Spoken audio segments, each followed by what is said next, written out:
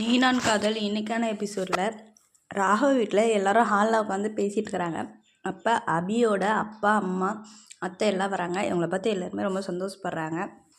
அனு வந்துட்டு நான் முன்ன கூட உங்கள்கிட்ட பேசிகிட்டு இருந்தேன்ல, நீங்கள் எதுவுமே சொல்லலையேன்னு சொல்லி கேட்குறாங்க. அதுக்கு அனுவோட அத்தை இருந்துட்டு நாங்கள் உங்களுக்கு ஒரு சர்ப்ரைஸ் கொடுக்கலான்னு தான் வந்து சொல்லாமல் வந்தோம் அப்படின்னு சொல்லி சொல்கிறாங்க. சரி நாங்கள் வந்த விஷயத்த சொல்கிறோன்னு சொல்லிவிட்டு அபியோட அம்மா இருந்துட்டு அவங்க ஒரு மசாலா கடை, வடை போடுற கடை ஆரம்பிக்கிறதா சொல்லி சொல்கிறாங்க. வீட்டில் இருக்க எல்லாருமே சந்தோஷமாக நீங்கள் இன்னும் மேலே வளரணும் அதுலேருந்து அப்படின்னு சொல்லிட்டு வாழ்த்துறாங்க. ஆனால் சுந்தரி மட்டும் ஆமாம் ஏற்கனவே 2 பிள்ளைங்களையும் பணக்கார பசங்களை வளைச்சி போட வச்சு செட்டில் ஆக வச்சிட்டா, அடுத்து இவன் மசாலா கடையை வச்சு இன்னும் யாரை வளைச்சி போட போகிறாளோ அப்படின்னு சொல்லி மனசுக்குள்ளே திட்டிகிட்டு இருக்கிறாங்க. முரளி ஒரு பக்கம் முறைச்சிட்டு நிற்கிறாரு. அபியோட அப்பா இருந்துட்டு நாங்கள் இன்னொரு விஷயத்தையும் சொல்லலான்னு தான் வந்தோம், இப்படி கடைசி நேரத்தில் சொல்கிறோன்னு தப்பாக நினச்சிக்காங்க. நாங்கள் அஞ்சலிக்கு வளகாப்பு பண்ணலான்னு நினைக்கிறோம். அஞ்சலியும் ராகவும் எப்படியெல்லாம் அவங்க அப்பா அம்மா வளர்த்தாங்கன்னு சொல்லிட்டு அபியானுவும் எங்களுக்கு நிறைய சொல்லியிருக்காங்க. அதனால் நாங்கள் இதை ஒரு ஆசையாக செய்யணும்னு நினைக்கிறோம், நீங்கள் மறுக்கக்கூடாதுன்னு சொல்லி சொல்கிறாங்க. அதுக்கு பாட்டி இருந்துட்டு நான் ஏன் மறுக்க போகிறேன், ரொம்ப சந்தோஷம், நீங்கள் இப்படி சொல்லுவீங்கன்னு நான் எதிர்பார்க்கல அப்படின்னாங்க. அஞ்சலிக்கிட்டே கேட்குறாங்க. அஞ்சலி ரொம்ப சந்தோஷப்படுறாங்க. அப்புறம் நாங்கள் அஞ்சலியை கூட்டிகிட்டு போய் கொஞ்ச நாள் எங்கள் வீட்டில் இருக்க வைக்கலான்னு நினைக்கிறோம், அவங்களுக்கு பிடிச்சதெல்லாம் செஞ்சு போடணுன்னு எங்களுக்கு ஆசையாக இருக்குதுன்றாங்க. அஞ்சலிக்கு அங்கே கம்ஃபர்டபுளாக இருக்காதுன்னு சொல்லிட்டு முரளி சொல்கிறாரு. அதுக்கு அஞ்சலி இருந்துட்டு அதெல்லாம் ஒரு பிரச்சனையே இல்லை, நாங்கள் சந்தோஷமாக இருப்போன்னு சொல்கிறாங்க. அப்புறம் அஞ்சலி எல்லோரும் சேர்ந்து அனுப்பி வைக்கிறாங்க. ராகவ், அபி, அனு, ஆகாஷ் 4 பேரும் சேர்ந்து இந்த முரளியை எப்படி மாட்ட வைக்கிறதுன்னு சொல்லிட்டு பிளான் போட்டுட்ருக்குறாங்க. அப்போ ராகவ் வந்துட்டு அபி சொல்கிற பிளானுக்கு வந்து கொஞ்சம் பயப்படுறாரு.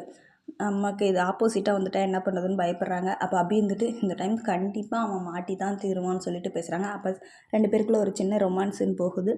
அபி இருந்து ராகவ்கிட்ட கவலைப்படாதீங்க, கண்டிப்பாக இந்த டைம் அந்த முரளியை வந்து நாம் மாட்ட வைக்கிறோம் அப்படின்னு சொல்லிட்டு 4 பேர் பேசிக்கிறாங்க. ஹாலில் எல்லோரும் உட்காந்து பேசிகிட்டு இருக்கல, ஒரு லேடிஸோட சவுண்ட் கேட்குது. யாருன்னு பார்க்குறாங்க. கரெக்டாக அப்போ ஒரு பொம்பளை வந்து மாமாட்டு முரளிக்கிட்ட ஓடி போய் கட்டி பிடிச்சி பேசுகிறாங்க. இந்த பக்கத்தில் எல்லாருக்குமே ஷாக் ஆகிடுது. முரளி யார் நீங்கள், எதுக்கு இப்படி இப்படிலாம் பண்ணுறீங்க, எனக்கு நீ யாருன்னே தெரிலன்றாங்க.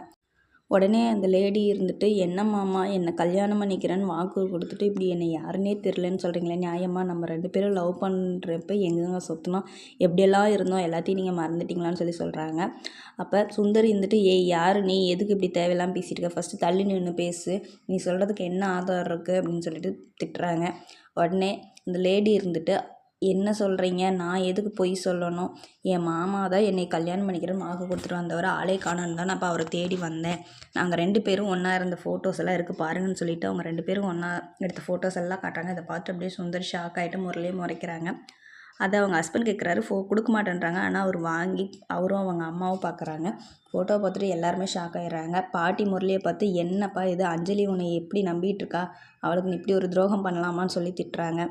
உடனே ராகவ், ஆகாஷ் இருந்தெல்லாம் அவங்க மாமா அப்படிப்பட்ட ஆளே கிடையாது, யாருமா நீ, எதுக்குமா அப்படி தேவையில்லாமல் வந்து பிரச்சனை பண்ணிட்டு இருக்கான்னு சொல்லிட்டு முரளிக்கு சப்போர்ட் பண்ணுற மாதிரி பேசிகிட்டு இருக்காங்க. ஆனால் அந்த லேடி இருந்துட்டு நான் எந்த பொய்யும் சொல்ல கிடையாது, சாமி சத்தியமாக நான் சொல்கிறதெல்லாம் உண்மை தான், நானும் இவரும் எவ்வளோ சந்தோஷமாக இருந்தோம் தெரியுமா, இவர் என்னை எப்படியெல்லாம் காப்பாற்றினா வச்சுக்கிறேன்னு சொன்னால் தெரியுமா, இப்படியெல்லாம் எனக்கு ஆசை வார்த்தையை காட்டிட்டு கடைசியில் இப்படி என்னை அம்போன்னு விட்டுட்டு வந்துட்டாரேன்னு சொல்லிட்டு கத்தி அழுகிறாங்க. முரளி வந்துட்டு நீ யாருன்னே எனக்கு தெரியாது, நீ சொல்கிறதெல்லாம் பொய்ன்னு சொல்லி சொல்கிறாங்க. அப்போ அந்த ஷாக்கில் ராகவ் வந்துட்டு எங்கள் மாமாவுக்கு இடையில கொஞ்ச நாள் மெமரி லாஸ் ஆகிடுச்சு, அந்த டைமில் ஏதாவது இது நடந்திருக்கலாம் அப்படின்னு சொல்லி சொல்கிறாங்க. எடுத்து கொடுக்குறாங்க. பாட்டிக்கு ஒன்றுமே புரியல, எல்லோரும் முழிக்கிறாங்க.